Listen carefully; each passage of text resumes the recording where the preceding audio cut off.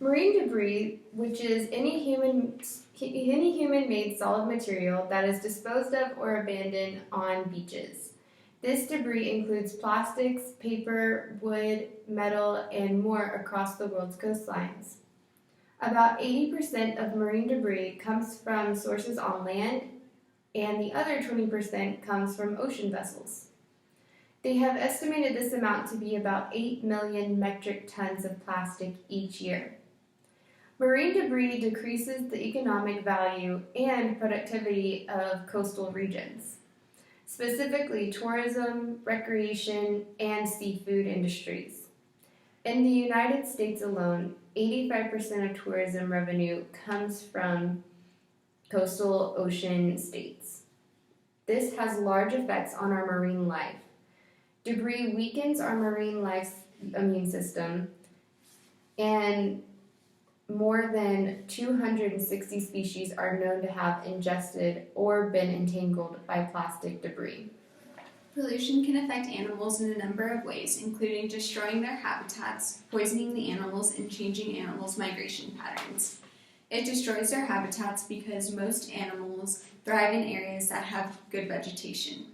However, when pollution takes place, plants may start dying off.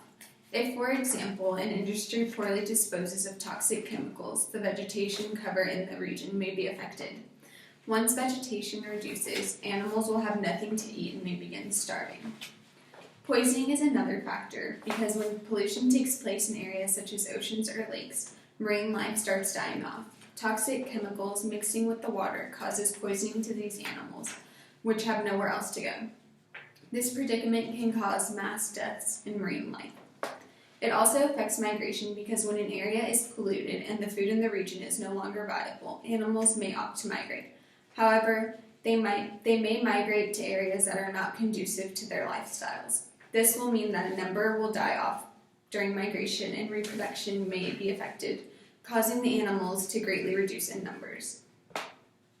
Companies have also joined forces to help stop pollution in the oceans. They now store their products and materials that are easily dissolvable in ocean water to help limit the amount of ocean life ingesting or getting tangled in plastic. The material is also not composed of any chemicals that are known to destroy marine life habitats. You can also help the issue by using recyclable bags and storage containers. Do your very best not to litter, and always remind your friends and family not to litter too. And volunteer with companies such as Ocean Conservatory, which issues beach cleanups in 152 countries around the world. We can all do our part to clear the debris and the amount of pollution in our oceans.